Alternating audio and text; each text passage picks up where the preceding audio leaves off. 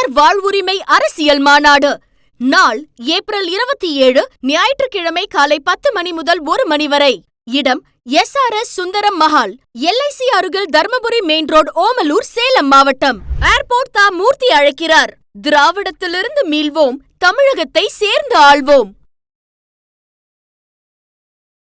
அப்போ நாம் தமிழர் சீமான் அண்ணனிடம் அரசியல் கற்ற காளியம்மாள் போய் விஜய் கட்சி நின்று தளபதி தளபதின்னு சொல்ல முடியுமா? சொல்லுங்க. நாம் தமிழர்ந்து விலகுவர்களை விலக வைப்பது திமுக, விலக்கி வாங்குவது திமுக. சார் அதெல்லாம் சார் நீங்க எங்க போறீங்க? நான் என்ன சொல்றேன், நீங்க திமுக தான் இந்த வலை போட்டு இழுக்குதுங்கிறீங்க, திமுக தான் தப்பு சொல்லுதுன்னு சொல்றீங்க. அப்படின்னா எங்க கட்சிக்குள்ள வந்துருக்கணும், எங்க கட்சிக்கு வரலையா? போனது போய் திராவிட வாழ்க திமுக வாழ்கன்னு சொல்றதை விட நாக்க பிடிக்கும் சாகலாம். என்னைக்கு வந்து விஜய் வந்து பிரபாகரன் வாழ்க என்று சொன்ன வாயால் வாயால் வாயால் வாயால் நாங்கள் இந்த திராவிடம் குறித்தான அந்த விமர்சனங்களை அப்படியே விட்டுறோம். அப்படியா?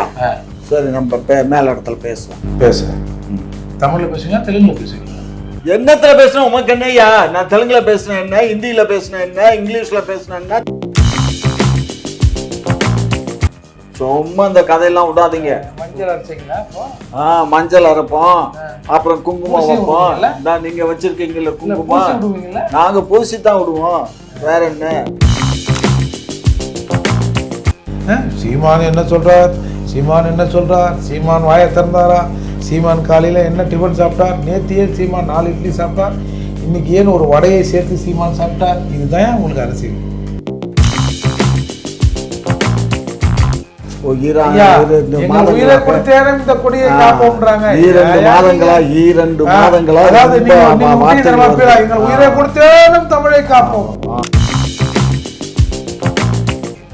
பயம் எங்களுக்கு எதுக்குடா பயம் வருது? அவரே என்ன பேச்சுக்குன்னு சொல்லிட்டாருல, அப்புறம் என்ன? திடீர்னு உங்களுக்கு எதனா ஆட்டை கிட்ட பிடிச்சி பண்ணுறதுக்காக பேச்சுக்கிங்க. ஆட்டை நாங்க பிடிக்கிறோம், பேச்சுக்கிங்க. நாங்க அப்படி எல்லாம் பண்ண மாட்டோம் ஐயா. ஐயா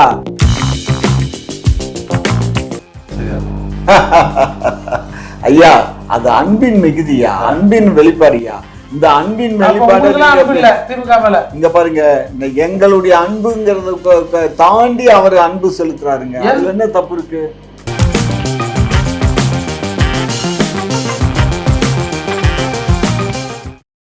அரசியல்களுடன் நேயர்களுக்கு வணக்கம். இன்று நம்முடன் திமுகவின் முன்னோடி முனைவர் காமாட்சி நாயுடு அவர்களும் புரட்சி தமிழகம் கட்சியின் தலைவர் வழக்கறிஞரும் ஏர்போர்ட் மூர்த்தி அவர்களும் தான் இருக்காங்க. இருவருக்கும் வணக்கம். சீமான் அவர்கள் சொல்லியிருக்காங்க, என் கட்சியிலேருந்து போறதுதான் போறீங்க, என் தம்பி கட்சிக்கு போய் சேருங்க, நானே உங்களுக்கு சொல்லி விடுறேன் அப்படின்னு சொல்லியிருக்காரு. என்ன சொல்றது? என் கட்சியிலேருந்து போறீங்க, தம்பி கட்சிக்கு போவோன்னு சொல்றாங்கன்னா போய் திராவிடத்துல போய் சீரழிக்கிறாதீங்க. அதுக்கு ஏதோ ஒண்ணுங்கிறத விஜய் கேட்க போயிருங்க. விஜய் அவர்களும் சொல்றாங்க, திராவிடமும் தமிழ் தேசியமே இரு கண்கள்ன்றாரு. அதுதான் ஒரு கண்ணாவது இந்த ஆளுக்கு இருக்குது தமிழ் தேசியம், 2 கண்ணும் போட்ட கண்ணாகுது அப்படிங்கிறத கூட சொல்லியிருக்கலாம்.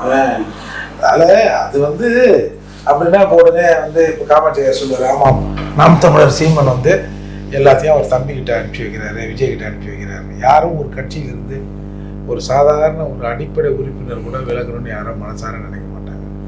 சில அரசியல் சூழ்ச்சியில் இந்த மாதிரி பக்கத்தில் இருக்கிற ஆளுங்க வலையை போட்டு இழுத்து நான் அதை பண்ணுறேன் இதை பண்ணுறேன் அப்படின்னு இழுத்தா தான் போங்களே தவிர, என்னை பொறுத்தவரை சீமான அரசியலை ஒருத்தன் உள்வாங்கி இருந்தான்னா உண்மையாக அவன் சாகிற வரை சீமானை தாண்டி வேறு ஒரு நபரை தலைவராக ஏற்றுக்கொள்ள மாட்டான். நீங்கள் பார்த்தீங்கன்னா இப்போ அந்த ஒரு பெரிய அரசியல் ஆளுமை பெரிய இதெல்லாம் பேசுவார். அவர் போய் விஜயை தளபதி தளபதி தளபதின்னு சொல்லுங்கன்னாரு. இப்போ ஒரு உதாரணத்துக்கு காளியம்மாள் நாம் தமிழர்லேருந்து பிரிந்து விட்டார் என்பது கன்ஃபார்ம் ஆகி போச்சு. இப்போ அவர் அங்கே போகிறாங்க இங்கே போகிறாங்க அப்படின்னு சொன்னாங்க. தாவேக்காவில் பேசி முடிச்சுட்டாங்க, தாவேக்காவில் சேர்ந்துட்டாங்க அப்படிலாம் சொன்னாங்க. அப்போது நாம் தமிழர் சீமான் அண்ணனிடம் அரசியல் கற்ற காளியம்மாள் போய் விஜய் கட்சி நின்று தளபதி தளபதின்னு சொல்ல முடியுமா? சொல்லுங்க. அப்போ அவங்களே அந்த சிக்கலை உணர்வார்கள். அதால சும்மா அண்ணன் சொல்லியிருப்பாரு, இந்த மாதிரிலாம் போறவங்க எல்லாம் போய் எங்களுக்கு வந்து விஜய் கட்சிக்கு அந்த முகம்தான் எல்லாமே, அரசியல்லாம் ஒண்ணும் இல்லையா, விஜய்னு சொன்னா போதும் எல்லாம் ஜனங்க ஓட்டு போடுவாங்கன்னு மூணு முட்டி மாதிரி யாராவது பேச முடியுமா நாம் தமிழர் அரசியலை கற்றவர்கள்? அதெல்லாம் சும்மா அண்ணன் ஒரு வார்த்தைக்கு சொல்லி. என்னுடைய கருத்து என்ன, அவர் திரு சீமான் அவர்கள் சொல்லுவது 100க்கு 100 உண்மை. ஏன்னா அவர் கட்சியிலிருந்து விளையிறவங்க எல்லாரும் விஜய் கட்சிக்கு போகல, அதிமுக போறான், திமுக போறான். விஜய் நாம் தமிழிலிருந்து விலகுவவர்களை விலக வைப்பது திமுக, விலைக்கு வாங்குவது திமுக. சும்மா இவ்வளவு நாள் தமிழ் தேச அரசியல் போய் திராவிட தேச அரசியல். நேற்றைய தினம் வடசென்னை மாவட்டத்தினுடைய தலைவர், அதனுடைய ஐடி விங்கு தலைவர், கிட்டத்தட்ட ஒரு 150 பேர் நேற்று இதுல வந்து எடப்பாடி தலைமையில போய் இணைஞ்சாங்களே, அது என்ன சொல்றீங்க? அவன் திமுக வந்து இணைஞ்சாங்க. இப்ப நான் சொல்றேன், வந்து நாம் தமிழர் பேசுகிற அரசியலை தாண்டி வேற ஒரு கட்சி தலைவர் பேசுறாருன்னு சொல்ல முடியுமா சார்? அதெல்லாம் சார் நீங்க எங்க போறீங்க? நான் என்ன சொல்றேன், நீங்க திமுக தான் இந்த வலை போட்டு இழுக்குதுங்கிறீங்க, திமுக தான் தப்பு சொல்லுதுன்னு சொல்றீங்க. அப்படின்னா எங்க கட்சிக்குள்ள வந்துருக்கணும், எங்க கட்சிக்கு வரலையா? போனது போய் திராவிடமாக திமுக வாங்கன்னு சொல்றதை விட நாக்க பிடிக்குன்னு சாகலாம், அதுக்கு சும்மா இருக்கக்கூடாது, எங்கேயா கூட போயிருக்கலாம். அப்படி சொல்லுங்க. எங்கள்கிட்ட வந்தா நாக்க பிடிங்க செத்தாலும் சரி. சரிங்க, உங்களுக்கு எப்பயுமே திராவிட மாடல் ஆட்சியை பற்றி கழுவி ஊத்துறதுதான் உங்களுக்கு வேலையா போச்சு, தொழிலா போச்சு. சொல்றேன், ஆனா நீங்க சொல்லுவீங்க சார், இதையும் சொல்லுவீங்க, இன்னும் சொல்லுவீங்க. ஏங்க என்னைக்கு வந்து விஜய் வந்து பிரபாகரன் வாழ்க என்று சொன்ன வாயால்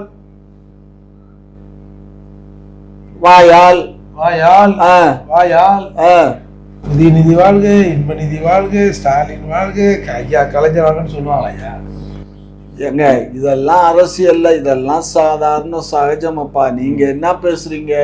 நீங்க நேத்திக்கு ஒரு அரசியல் பேசுறீங்க, இன்னைக்கு ஒரு அரசியல் பேசுறீங்க, நாளைக்கு ஒரு அரசியல் பேசுறீங்க. உங்களுக்கு வந்து இன்றைக்கு வந்து எல்லாரும் திராவிட மாடல் ஆட்சிக்கு எதிராக தான் இருக்கீங்க. எங்க இருக்கீங்க? ஒன்று பாரதிய ஜனதா, ரெண்டாவது திரு சீமான், மூணாவது பாட்டாளி மக்கள். இது மாதிரி கட்சிகளோட தான் நீங்க பயணிக்கிறீங்க. அதனால உங்களுக்கு அந்த புத்தி தானே இருக்கும். உங்களுக்கு நேர்மையான ஒரு ஆட்சியில இருக்கக்கூடிய கட்சி எப்படி அங்கம் வைக்குது, எந்த மாதிரி செயல்பாடுகள் இருக்குங்கிறது உங்களுக்கு தெரியாது. தெரிஞ்சாலும் நீங்க நடிப்பீங்க. காரணம் என்னன்னா, உங்களுடைய பழைய அண்ணாச்சி வந்து எங்களோட தொடர்புல இருக்கிறாரு, எங்க கட்சியில கூட்டணி வைக்கிறதுனால உங்களுக்கு அவர் எதிரியா தெரியறதுனால எங்க கட்சியும் உங்களுக்கு எதிராக தெரியுது. அதாவது என்ன சும்மா நல்ல விஷயங்களை பேசிக்கிற போது இந்த ஒட்டுண்ணி மாதிரி ஆட்கள் எல்லாம் பேசுவாங்க. அப்படியெல்லாம் இல்லை, உண்மையை தான் பேசுறோம். ஏன்னா திரு சீமான் அவர்களோடு நீங்கள் தொடர்பு வைத்துக் கொண்டு சீமான் அவர்களோடு பயணிக்கின்றீர்கள் என்பதில் எந்த மாற்று கருத்து இல்லை. அப்ப நீங்க சீமானோட பயணிக்கும் போது அவர் கேட்ட கேள்வி என்ன? சீமான் வந்து இங்க என் கட்சியிலிருந்து விலகி போறவர்கள் தாராளமா தம்பி கட்சிக்கு போங்க, நான் வாழ்த்தி அனுப்புறேன் அப்படிங்கிறாரு. அது வாழ்த்தி அனுப்புறேன்னா அப்ப இவரு அரசியல் கட்சி நடத்துறாரா, பஜனை மடம் நடத்துறாரா? அங்க போய் சாராயங்கள்ல போய் வந்து வீணாயிடாதீங்க, வேற எங்கன்னா போய் தொலைங்கப்பா, என் மீது ஏங்க. அப்ப ஒரு அரசியல் கட்சி தலைவர் இன்னொரு அரசியல் கட்சிக்கு போங்க அப்படின்னு சொன்னா அப்ப இவர் அரசியல் கட்சி நடத்துறாரா இல்ல பஜனை குணம் வச்சு நடத்துறாரா? இல்ல அது வந்து அது ஏற்பக்கூடிய கருத்து இல்லைங்கய்யா. அதான் சொல்ல, அவ்வளவுதான், வேற முடிஞ்சு போச்சு. அடுத்த கேள்விக்கு போ. ஏற்புடையதுன்னு சொல்லிட்டீங்க, கரெக்ட், அவ்வளவுதான். சரி ஐயா, இது சீமான் அவர்கள் சொல்றாரு, இதுவரை சிவநாட்டம் தான் பார்த்திருக்கீங்க, இனிமேல் சீமாநாட்டம் பார்க்க போறீங்கன்னு சொல்றாரு. இது வந்து திமுகக்கு அவர் ஒரு பலத்தை அடி கொடுப்பாருன்னு யோசிக்கிறீங்களா? அதாவது இந்த தேசத்தினுடைய பிரதமராக இருக்கக்கூடிய மோடிஜி சொல்றாரு, நான் திராவிடத்தை ஒழிப்பேன்றாரு. திரு சீமான் அவர்கள் சொல்றாரு, நான் வந்து திராவிடத்தை ஒழிப்பேங்கிறாரு. ஒரே நேர்கோட்டில் 2 பேரும் வர்றாங்க. ரெண்டாவது திரு மூர்த்தி அவர்களும் நான் திராவிடத்தை ஒழிப்பேன். அண்ணாமலையெல்லாம் நொண்ணாமலையெல்லாம் போய் சேர்ந்தாச்சு, இனிமே அவரை பத்தி எல்லாம் பேச வேண்டிய அவசியம் இல்லை. ஆகையினால இவங்க எல்லாருமே வந்து ஒரு நேர்கோட்டில் பயணிக்கக்கூடியவங்க, எங்களுக்கு எதிரானவங்க. நாங்க தேர்தலில் சந்திப்போம். இல்ல எங்களுக்கு வந்து கருணாநிதி அவர்கள் எதிரா, ஸ்டாலின் அவர்கள் எதிரா, இல்ல அவர்கள் பேசிய சித்தாந்தம் எதிரா? உங்களுக்கு எங்க கட்சியே எதிரு. தவறு. நீங்க பேசுகிற சித்தாந்தம் தான் தவறு. நாளைக்கே நம்மலாம் திராவிடர் இல்ல, நம்மலாம் தமிழர்கள்னு அவர் சொல்லட்டும், நாங்கள் இந்த திராவிடம் குறித்தார அந்த விமர்சனங்களை அப்படியே விட்டுறோம். அப்படியா? சரி, நம்ம மேல இடத்துல பேசுவோம். பேசுறேன். தமிழ்ல பேசுங்க, தெலுங்குல பேசுங்களா? என்னத்துல பேசுறேன் உமக்கு என்னையா? நான் தெலுங்குல பேசுனேன் என்ன, ஹிந்தியில பேசுனேன் என்ன, இங்கிலீஷ்ல பேசுனேன் என்ன, தமிழ்ல பேசுனேன் என்ன, புரியாத பாஷையில பேசுனேன்னா, சைகையில பேசுனேன் என்ன, எதுல பேசுனா உங்களுக்கு என்ன வலிக்குது? உங்களுக்கு வந்து இயல்பான இது எது அப்படின்னு கேட்கறேன். இயல்பான மொழி தமிழ் மொழி, அடுத்த மொழி எங்களுக்கு தெலுங்கு மொழி. எது கன்வீனியன்ஸா இருக்கும்? எங்களுக்கு பேசுறதுக்கு தமிழ் தான் கன்வீனியன்ஸா இருக்கும். ஆங்கிலத்துல பேசுறது கூட எனக்கு கொஞ்சம் தட்டு தடுமாறி பேசுவேன், பட் சரளமா பேசுவேன் தமிழ். ரிசீவ் பண்ற இடத்துல அவங்களுக்கு தமிழும் தெரியும், ஆங்கிலமும் தெரியும், எல்லா மொழிகளும் தெரியும், எல்லாம் தெரியும், எல்லாம் கற்று வித்தகர் தான் அவங்க. நீங்க கேம்பிரிட்ஜ் யூனிவர்சிட்டியா? நாங்க கேம்பிரிட்ஜ் யூனிவர்சிட்டியில தான் படிக்கணுங்கிறத ஒரு விஷயம் நல்லா புரிஞ்சுங்க. ஆக்ஸ்போர்டு யூனிவர்சிட்டியே அதுக்கு சென்னை மதுரையில வந்து நான் வச்சு நடத்தினவன், புரிஞ்சுக்கோங்க. பெர்மிஷன் வாங்கி அவங்களுடைய ஓபன் யூனிவர்சிட்டி ஸ்கீம்ல நான் காலேஜ் வச்சு நடத்துவேன். ஒரு பணக்காரன் வந்து ஹாஸ்பிட்டல் நடத்தலாம். நான் அந்த ஹாஸ்பிட்டல் நடத்துறேன், நானே 2 ஆபரேஷன் பண்றேன் அப்படின்னு பண்ண முடியாது. ஆபரேஷன் டாக்டர் தான் பண்ணுவாரு, யாரு இல்லைன்னா. அப்புறம் அதுக்கு இதுக்கு என்ன பொறுப்பு? என்ன சொல்றீங்க? அவரு எல்லாம் தெரியும், அது தெரியும், இது தெரியும். ஆமா, ஏங்க ஒரு சீஃப் மினிஸ்டர் வர்ற அளவுக்கு ஒருத்தர் வளர்ந்து வந்திருக்காரு. அவரு வட்ட செயலாளர்ல இருந்து வட்ட பிரதிநிதியில இருந்து படிப்படியா வந்து ஒரு துணை முதலமைச்சரா வந்து ஒரு முதலமைச்சரா வந்திருக்காரு. நேற்று இன்னைக்கு வந்தாரா? கிட்டத்தட்ட 50 ஆண்டு காலம் அந்த அரசியல். இந்தியாவின் பிரதமராக வரப்போகிறார். இந்தியாவுடைய பிரதமரா வந்தான்னா அமெரிக்கா பிரசிடண்ட் எல்லாம் வர முடியாது. இந்திய குடிமகன் இந்தியாவினுடைய பிரதமரா தான் வர முடியும், அமெரிக்காவினுடைய குடிமகனை வர முடியாது. புரிஞ்சுக்கோங்க. சும்மா நீங்க அதாவது அப்ப இந்தியாவின் பிரதமர் ஆவார்ல?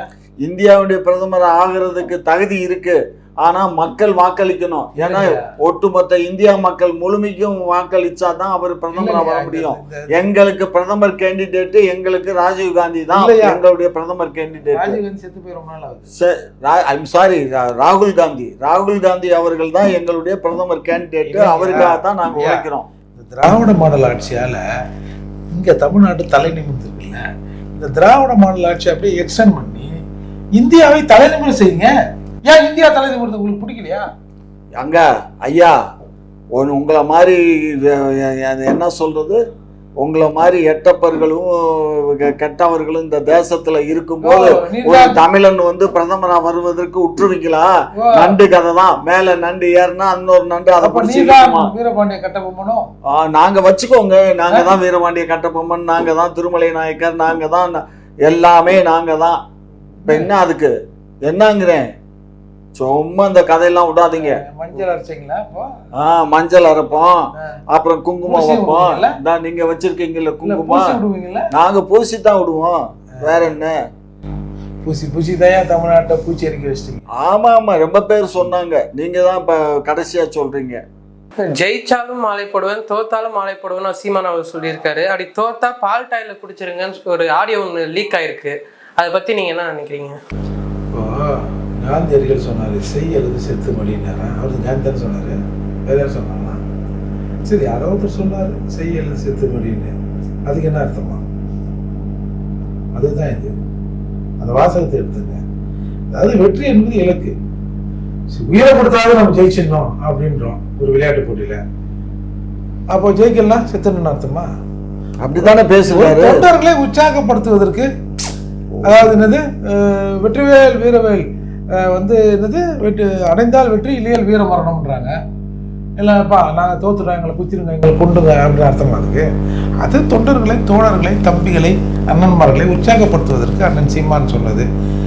சீமான் என்ன சொல்றார், சீமான் வாயை திறந்தாரா? சீமான் காலையில் என்ன டிஃபன் சாப்பிட்டார்? நேற்று சீமான் 4 இட்லி சாப்பிட்டார், இன்னைக்கு ஏன் ஒரு வடையை சேர்த்து சீமான் சாப்பிட்டார்? இதுதான் உங்களுக்கு அரசியல்.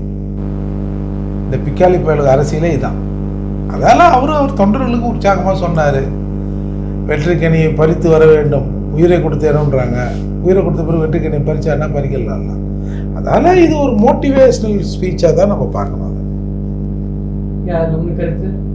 இதுல என்ன கருத்து சொல்றதுக்கு என்ன இருக்கு? அவர் தான் சொல்லிட்டார்ல, அதாவது தொண்டர்களை வந்து ஊக்குவிக்கிறதுக்காக அவர் பேசியிருக்காருங்கிறாரு. தொண்டர்களை ஊக்குவிக்கிறதுக்காக சாவை பற்றி பேசுவானா? ஒரு கட்சி, ஒரு நேர்மையாக ஒரு அரசியல் கட்சி 8.2% வெற்றி பெற்ற ஒரு கட்சி சாவை பற்றி இதுவரை பேசலை. இன்னைக்கு அனாச்சாரம் முடிச்ச வார்த்தைகள்லாம் கடந்த 2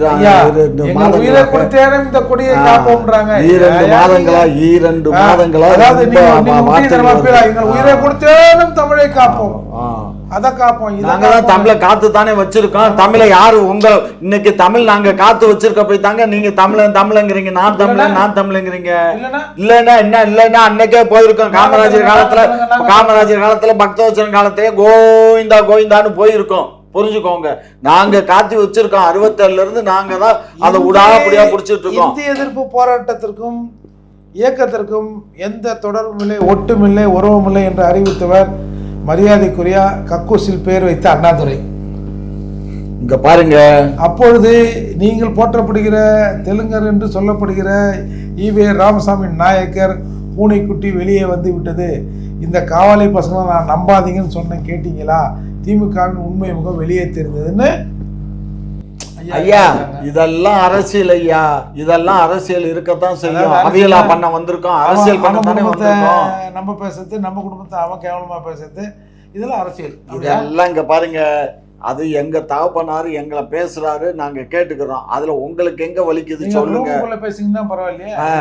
வெளியில தான் பேசுவோம், பொது மேடைகள்ல தான் பேசுவோம், 4 பேருக்கு தெரியுற மாதிரி தான் பேசுவோம். நீ எங்க அப்பாப்பா அப்படின்னு நீங்க சொல்றதும் எப்பா ஒரே கலிஜி குடும்பம். ஆமா ஆமா ஆமா ஆமா ஆமா. ஏங்க, ஏதோ ஒரு மடைங்க ஏதோ ஒரு தப்பு பண்ணிட்டாங்கிறதுக்காக அதே சும்மா உரசிக்கிட்டே இருப்பீங்களா? அதாவது ஓடமும் வண்டியில ஏறுமா, வண்டியும் ஓடத்துல ஏறுமா. அதுவோ போகுங்க, ஒரு காலம் வருங்க. அன்னைக்கு பாப்போங்க, அன்னைக்கு ஓடம் இருந்துச்சு, இன்னைக்கு கப்பல் போகுது, இன்னைக்கு எலக்ட்ரிக்கல் படகு போகுது. என்னங்க காலங்கள் மாறிக்கிட்டே போயிட்டு இருக்கு. காலம் ஒரு சக்கரம். ஆமா, மேல வருவோம், மேல இருக்கிறோம், கீழே வருவோம். ஆமா, அதான் நீங்க எப்பயுமே பராக்னு இருந்துட மாட்டீங்க சார்.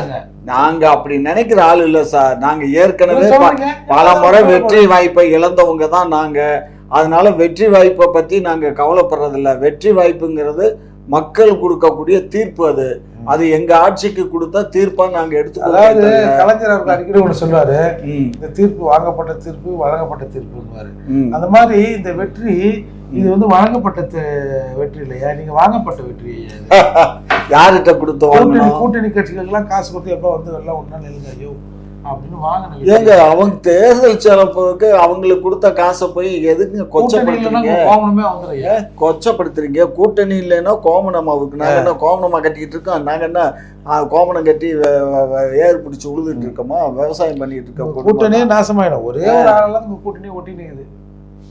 ஐயோ, என்றாவது ஒரு நாள் மாறினாருன்னா தாளலைங்க. ஏங்க, உங்களுக்கு கண்ணுக்கு காதுக்கு மூக்குக்கு எல்லாம் அவரு தான் நினைப்பா. உங்களுக்கு 24 மணி நேரமும் அவரு தானங்க திமுக என்ன தாண்டி தானே தொட முடியுன்றாரு. ஆமா, இதுல என்ன தப்பு சொல்லுங்களேன் ஐயா. என்ன பாருங்க, நான் இப்போ ஒரு விஷயம் சொல்லட்டுமா? திரு சீமான் அவர்கள் திராவிட முன்னேற்ற கழகத்தோட கூட்டணி 31 முடியும், நடக்கும், பொறுத்திருந்து பாருங்க. சீமான் அவர்களின் பின்னம் கூட திமுகவோட கூட்டணி வைக்க அப்படின்னு யார் சொன்னா? ஒரு ஆள் சொன்னாரு, வச்சுட்டாரு. அந்த மாதிரி ஆள் சீமான் இல்ல. அப்படியா? பாப்போம், பொறுத்து இருந்து பாருங்க. எல்லாம் வேணாலும் அரசியல் நடக்கும். அரசியல் என்பது என்ன வேணாலும் நடக்கையா. ஆமா, அண்ணன் சீமான் அவர்கள், செந்தமன் சீமான் அவர்கள் ஒரு 3ஆம் தர அரசியல்வாதி கிடையாது. இது எப்படிங்க ஒரு கூட்டணிக்கு வந்தா இது 3ஆம் தரம்னு ஆகி போயிருமா? ஒரு கூட்டணிக்கு வந்தா திட்டு நான் உன்னை எப்படி யோகியன்னு சொல்லி. ஏங்க, இது என்னங்க தப்பு இருக்கு? அரசியல்ல தவறுகளை சுட்டி காட்டுவதுதான் எதிர்கட்சிகள். இப்ப எங்க கட்சி வந்து ஒரு தவறு, நீங்க தவறுகளை திருத்தி கொண்டா உங்களோட ஒரு உறவு வைக்கலாம். ஆமா, நல்ல மனுஷன்பா, இந்த எங்க ஊழல்னு சொன்னா உடனே எல்லாத்தையும் நாங்க திருத்தித்தானே வாழ்ந்துட்டு இருக்கோம். நாங்க எதுல தப்பு பண்ணோம்? நாளைக்கு ஒரு குழந்தை பிறந்தால் அது காதில் இருக்கிற கம்பளை எப்படி அவுப்பது கூட இப்ப யோசிக்க நீங்க. ஐயா, இதெல்லாம் அடுக்காது. நீங்க இந்த அளவுக்கு தவறான தகவல்களை பரப்புரை பண்ணாதீங்க, வேண்டாம். அதாவது நாக்குல நல்லதையே பேசுங்க, நல்லதையே செய்யுங்க. உங்க ஆட்சி வந்து இன்னும் 1 வருஷம் இருக்குயா. ஆனா நீங்க போற கான்ட்ராக்ட் எல்லாமே 8 வருஷம் 7 வருஷம். நல்லா இருக்குதா சொல்லுங்க. ஏங்க, அவன் அதுக்கு தாங்க ஒத்துக்கிறான் அந்த கான்ட்ராக்டுக்காரன். இப்ப எந்த கான்ட்ராக்ட் முடிஞ்சு போனா இந்த இதை சொல்லுவீங்க, பஸ் ஸ்டாண்டு கான்ட்ராக்ட், இந்த கக்கூஸ் கான்ட்ராக்ட் சொல்லுவீங்க. இதெல்லாம் வந்து அவனுங்களுக்கு பண்றதுங்க. இங்க பாருங்க, ஏர்போர்ட்ல யாருக்கு கான்ட்ராக்ட் கொடுத்துருக்கோ அவன் தாங்க இதெல்லாம் மெயின்டைன் பண்ண. அதுக்குள்ளே போல உங்க ஆட்சி இன்னும் ஒரு வருடத்துல முடிய போகுது. ஆமா, நீங்க ஒரு வருஷத்துக்கு திட்டம் போடுங்க. சரிங்க, நாங்க கொடுத்துட்டோம், நீங்க உங்க ஆட்சி வரட்டும், நீங்க அதை கேன்சல் பண்ணுங்க. இந்த ஸ்லம் கிளியரன்ஸ் போர்டு சம்பந்தமா வழங்கப்படுகிற வீடுகளை வந்து சரி பண்ணுவதற்கு 1000 கோடி ஒதுக்கி இருக்கிறோம். நீங்க எவ்வளவு 1000 கோடி. சரி, எப்பா 1000 கோடியா அப்படின்னு பார்த்தா இன்னும் ஒரு வருஷம் தான் உங்க ஆட்சிக்குது. ஏன் அது 200 கோடி ஒதுக்குறேன்னு சொல்லிட்டு போங்களேன். சொல்லுங்க, என்ன சொல்லுங்க. இப்ப அடுத்த ஆட்சி மாறிச்சுன்னா நீங்க வந்து ஏப்பா நான் சொல்லிட்டு அதை ஒதுக்கு பண்ணுவீங்களா? ஆட்சி மாறுதான் சொல்ல ஒரு பேச்சுக்குன்னா சரி சரி. ஆட்சி மாறுதானே ஒரு பயம் வந்துருச்சுங்க. ஏடா பயம் எங்களுக்கு இருக்குடா பயம் வருது. அவரே என்ன பேச்சுக்குன்னு சொல்லிட்டாருல, அப்புறம் என்ன? இல்ல திடீர்னு உங்களுக்கு ஏன்னா ஆட்டை கிட்ட பிடிச்சி பண்ணதுக்காக பேச்சுக்குன்னு ஆட்டை நாங்க பிடிக்கிறோம் பேச்சுக்குன்னு. நாங்க அப்படி எல்லாம் பண்ண மாட்டோம் ஐயா. ஐயா நீங்க ஒரு விஷயம் நல்லா புரிஞ்சுக்கோங்க, எங்களுக்கு உங்களை மாதிரி மனிதர்கள் எல்லாம் எங்களோட வரணும்னு தான் நாங்க உங்களுக்காகவே கதவை திறந்து வச்சிருக்கோம், ஜன்னலையும் திறந்து வச்சிருக்கோம் அப்படின்னு சென்ற முறை ஒரு நண்பர் சொன்னாரு. ஜன்னலை திறந்து வச்சு அவனா கேமரா இல்ல, அது போன முறை சொன்னார்ல, அவர் கூட தானே நீங்க பயணிச்சுட்டு இருக்கீங்க. இப்போ கதவையும் திறந்திருக்கும், ஜன்னலையும் திறந்திருக்கும், கூட்டணிக்கு வாங்க வாங்க வாங்கன்னு கடைசி நிமிஷம் வரையும் கூப்பிட்டாரு. சும்மா இங்க பாருங்க, எடுத்தோம் கவிழ்த்தோன்னு பேசாதீங்க. அப்படிலாம் நீங்க சீமான் அவர்களை குறை சொல்லுது முதல்ல விட்டுருங்க. என்ன குறை? என்ன குறை? ஏங்க அவர் என்னங்க எதிர்கட்சி தலைவரா அவரை குறை சொல்றதுக்கு? இல்ல அவர் என்ன 10 எம்எல்ஏ வச்சிருக்காரு, இல்ல ஒரு 4 சட்டமன்ற நாடாளுமன்ற உறுப்பினரை வச்சிருக்காரு? எதுல நாங்க அவரை போய் பார்த்து 2 எதிரிகள் நடுங்குகிறார்களோ அவனே நினைத்து தலைவர். இங்க பாருங்க, நாங்க அவரை பார்த்து நடுங்கவும் இல்லை, எதுவும் அவரை நாங்க எதிரியாவும் நினைக்கல. அவர் ஒரு கட்சியினுடைய தலைவர்னு நினைக்கிறோம், அந்த கட்சி அவர் வழி நடத்தி போறாரு, அவ்வளவுதான்.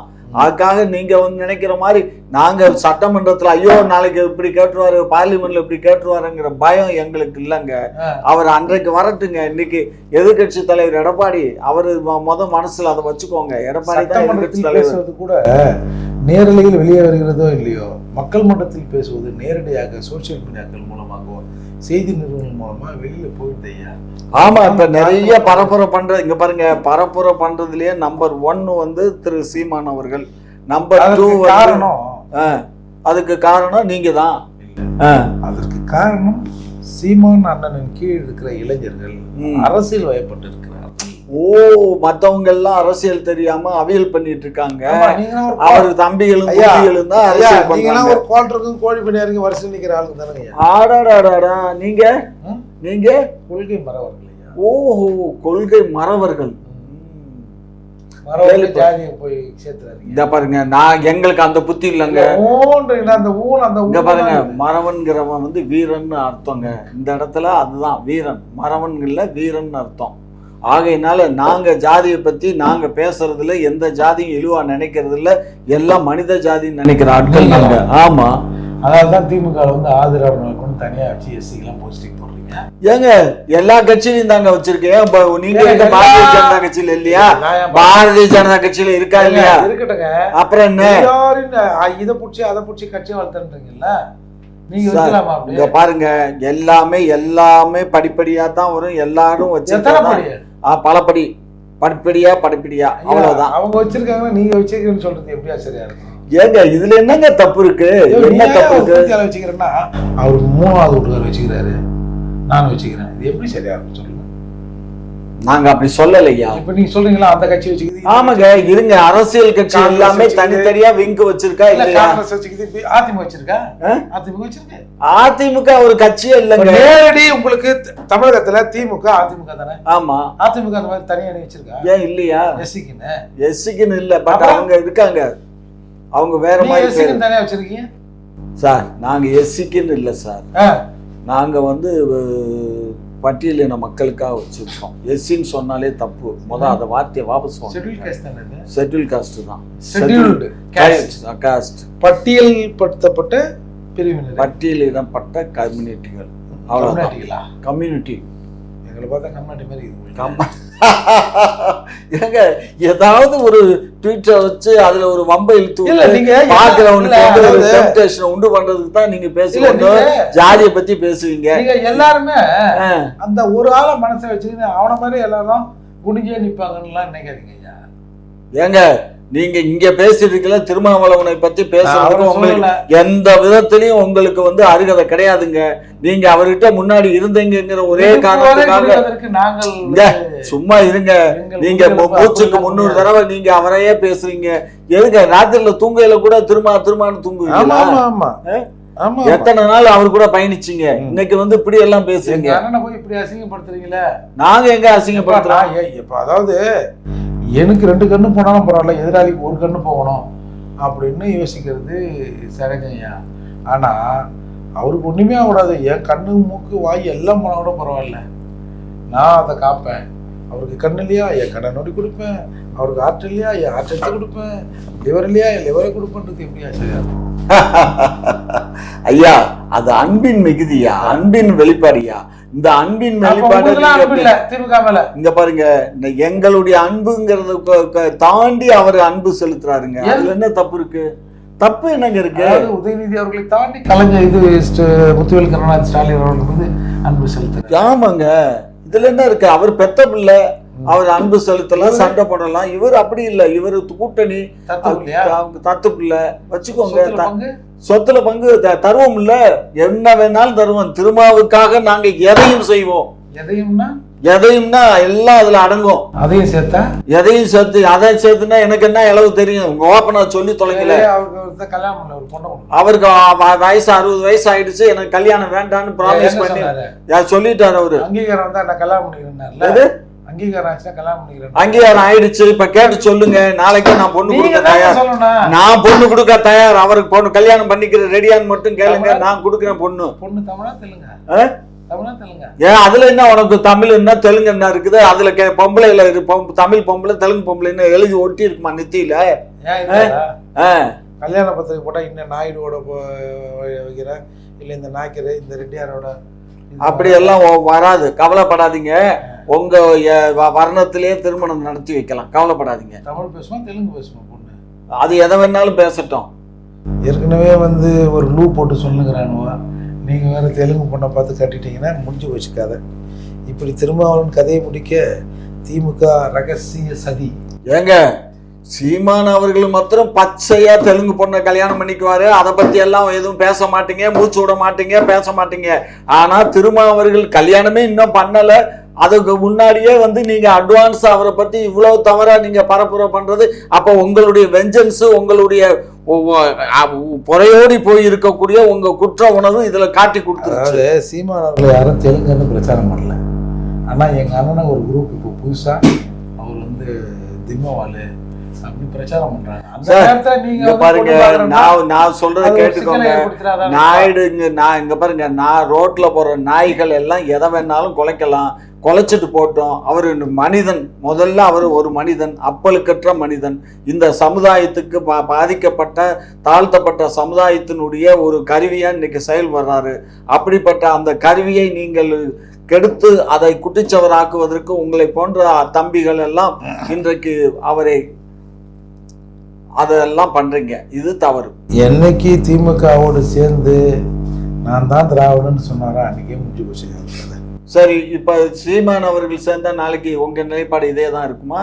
எங்க அதெல்லாம் பேசக்கூடாது. எங்க சார் சீமான் அவர்கள் திராவிட முன்னேற்ற கழகத்தினுடைய கூட்டணிக்கு வந்தா உங்களுடைய பார்வை எப்படி இருக்கும்? அத்தைக்கு மீச முளைக்கட்டும் பார்ப்போம். அத்தைக்கு மீச முளைக்காது. சீமானும் அண்ணன் சீமானும் திமுகவும் கூட்டணி வைக்கிற நிலைக்கு திமுகவும் திருத்த போறது இல்ல, அண்ணன் சீமானும் கெட போறது இல்ல, அவ்வளவுதான். அப்படியா? மே 5ஆம் தேதி நடக்கிற வணிக சங்க மாநாட்டுல நீங்க சீமான் அண்ணன் அப்புறமா அன்புமணி ராமதாஸ் எல்லாம் கலந்துக்கிறீங்க. கூட்டணி உறுதி ஆயிடுச்சு, இதுல கலந்துக்கிறது மூலியமா என்ன? அதாவது தமிழ் தேச அரசியல்ல ஐயா நம்ம வள்ளியன் அவர்கள் எப்பவுமே அந்த அரசியலை பேசுவாரு, தமிழ்நாட்டு பொருட்களை வாங்கணும் அது இதுன்னு பேசுவாரு. அப்படிப்பட்ட நிலையில அவர் வந்து மே 5 வணிக தினத்தை நெடுங்காலமாக அனுசரித்து வருகிறவர். அதன் அடிப்படையில் அவருடைய மகன் டைமண்ட் ராஜா அவர்கள் அந்த இயக்கத்தையும் அந்த சங்கத்தையும் வழிநடத்துகிறாங்க. அதன் அடிப்படையில் வந்து வணிகர் சங்க மாநாட்டை அவர் நடத்துறாரு. அதுல வந்து ஒரு தமிழ் உணர்வு உள்ள ஐயாவின் பேரால் இருக்கிற பாசத்தால் பலர் கலந்துக்கிறோம். இதுல என்ன பிரச்சனை உங்களுக்கு? அதாவது இந்த தமிழ் உணர்வாளர் எங்கேயும் ஒரு மொழில சேர்ந்துடக்கூடாது. ஆனா தெலுங்கெல்லாம் சேரலாம், திராவிடம்லாம் சேரலாம், அதெல்லாம் ஒண்ணும் பிரச்சனை இல்லை. உங்க கேட்ட கேள்விக்கு பதில சொல்லுங்க. இதுல எங்க இருந்து வந்துச்சு தெலுங்கு? அந்த கேள்வி அதுல தானே பிறகுது. பறக்கும் உங்களுக்கு. ஏன் அந்த தமிழுக்கு முன்னு பேசுறவங்க ஒரு சைடா சேர்றீங்க அப்படின்னு அடிப்படையில் தானே கேள்வி வருது. அதாவது என்ன சொல்றது, தமிழர்கள் ஒன்றாதல் கண்டு எங்கள் பகைவர் இங்கோ மறைந்தார், இங்குள்ள தமிழர்கள் ஒன்றாதல் கண்டு அப்படின்னு அன்னைக்கு பாடினாங்க. இப்பதான் கொஞ்சம் கொஞ்சமா நடைபெறும். அது அன்னைக்கு பாடினது யாரு? எம்ஜிஆர் தானே பாடினாரு. யார் பாடினா? அவ்வளவுதான், சரி விட்டுருங்க. எனக்கு தெரியல யார் பாடினா. எம்ஜிஆர் பாடினாரு, பாரதிதாசனா? சரி, ஒரு வேலை இல்லையா அவரு? ஏங்க நீங்க பாரதிதாசனுக்கு வேலை இருக்கா, வேலை இல்லையா? அங்க இன்னைக்கு இருக்க ஹோட்டல் ரெசிடென்ஸ் இருக்க, அவர் காலத்துல அந்த டி நகர்ல அந்த இடம் வந்து குடிசை வீடு, ஒரு கீத்து போட்டோம். கீத்துல தான் அவரு தஞ்சைவான நம்ம இவரு நான் ஒரு 3 நாள் சாப்பாடு அவர் இல்ல இல்ல இல்ல இல்ல அவங்க எல்லாம் நாராயணன் அவங்க எல்லாம் அங்கதான் இல்லையா, அங்க இருந்தாங்களாம். அங்க இருந்துதான் இந்த கதைகள் எழுதுறது இந்த மாதிரி இதுகள்லாம் பண்ணாங்கன்னு சொல்லி தஞ்சைவாணன் வாழ்ந்த காலத்துல என்கிட்ட சொன்னாரு. அதை வச்சு சொல்றேன். அவங்க கஷ்டப்பட்டு அந்த இடத்துலதான் அந்த வெயிலுக்கும் மழைக்கும் அந்த கீழே கோட்டையெல்லாம் உட்கார்ந்த வார்த்தைகளுக்கும் அந்த கவிதைகளுக்கும் இதுக்கு என்ன சம்பந்தம்? இல்ல இல்ல, அப்படி கஷ்டப்பட்டு எழுதின கவிதைய நீங்க எதுக்கு உவமைக்கு காட்டுறீங்களேங்கிற ஒரு வைத்தறிச்சதான். வேற என்ன உங்களுக்கு அது புரியலன்னு நினைக்கிறேன். இல்ல புரியுதா, இல்ல திராவிடர்கள் புரியாத மாதிரி? அப்ப கேளுங்க, சீமான் அவர்கள்ட்ட கேட்டு சொல்லுங்க, நாய்னாவுக்கு புரியுதா புரியலையான்னு.